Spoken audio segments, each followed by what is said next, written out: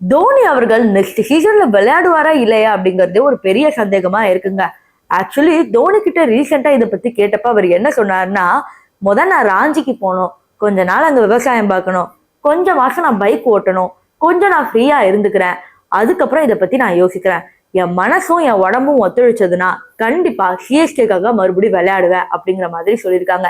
இதெல்லாம் ஒரு பக்கம் இருக்கிறப்ப, ரெய்னாவோட கமெண்ட்ரியில இருந்தவர் ஒருத்தர், அடுத்த வருஷம் சிஎஸ்கேக்கு எஸ்ல இருக்கிறவங்க பேட்டிங் கோச்சா வர போறாங்களாமே, அப்படியா அப்படின்னு கேட்டதுக்கு, அதெல்லாம் கிடையாதுங்க, வேகமா அரைசதம் அடிச்ச ஒரு வீரர் தான் வர போறாங்க அப்படிங்கிற மாதிரி சொல்லியிருந்தாங்க.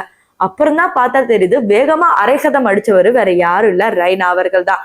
ஸோ ரெய்னா தான் கூடிய சீக்கிரம் சிஎஸ்கேவோட பேட்டிங் கோச்சா வர போறாரு. ஸோ சிஎஸ்கேவோட 2026 ரொம்ப பிரகாசமா இருக்கு அப்படின்னு பல ரசிகர்கள் சொல்லியிருக்காங்க.